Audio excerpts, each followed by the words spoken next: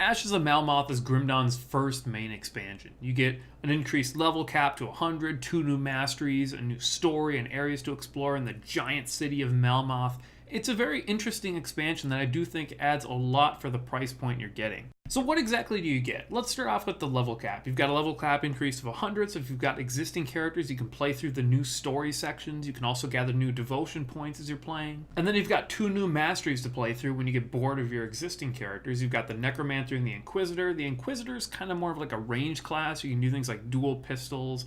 The Necromancer is much more of a casting class. You've got different ways you can build it though. So you could do things like a Death Knight with a soldier to try and just go melee, or you could build something like a pet class where you could have just a massive legion of skeletons running around, which is really cool and in many ways kind of brings about those nostalgia feelings of Diablo 2.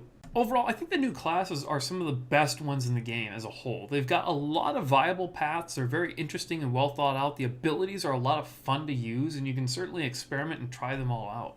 Moving on, you can now transform the appearance of items. So you can do things like take a really ugly item that has really good stats that you like and change its appearance to look like something else that you like a lot more. There's also a ton of new items you can find, some of which will change your existing classes in different interesting ways. The new story section is kind of serviceable. It's much like the original game. It's interesting. It's something you can certainly look into if you like that kind of stuff, but it's not going to really grip you. The characters aren't amazing. Much like the original game, it's just kind of there. The new areas I do think are really well done. You've got a massive new city of Malmoth that you get to explore towards the later sections, and you've got things like haunted forests and swamps that you'll run through as you make your way towards the city. They're all really well done and graphically look pretty cool. So now looking at a couple things I dislike about this expansion, let's talk about the monsters first off. I do think that there's a little bit too many repeat monsters. They take some monsters from the base game and put them in this, and it kind of feels repetitive, and it's kind of like, what am I doing this content for when I'm killing the same monsters again that I killed before? Much like the base game, the loot sucks, is horrible, until you get to the factions that you can unlock specific unique rewards for,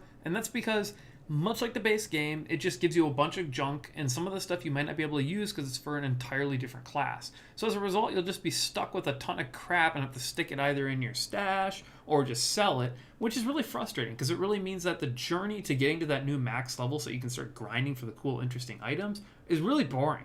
And you can really feel like you're not making much progress in your character other than just increasing level. I mean, I really want some new cool items. And that's just disappointing that you don't get any of that in this game. It's also really disappointing that this game doesn't come with a new roguelike dungeon. They say that there's one coming in a free update shortly for this expansion, but it just feels really disappointing that there isn't one in it already. They were such a core, massive feature of the game. I don't know how you could not launch this expansion without it. That doesn't make any sense. So overall, Ashes of Malmoth gets an 8 out of 10. I do think it's really good value for the price that you're getting. You get 2 new awesome classes, a ton of new content to do, but I do think it's really held back by a lot of the same problems. In many ways, it feels like Crate didn't learn from the mistakes and the problems in the base game and kind of just continued them with the stuff like the loot. But if you liked Grim Dawn a lot, you're gonna like this expansion. So hey, pick it up if you think Grim Dawn was an awesome game. Or if you just enjoyed it, pick it up and do the journey to the end game with the new classes. You're gonna have fun with it if you liked the base game. It's really just more of the same.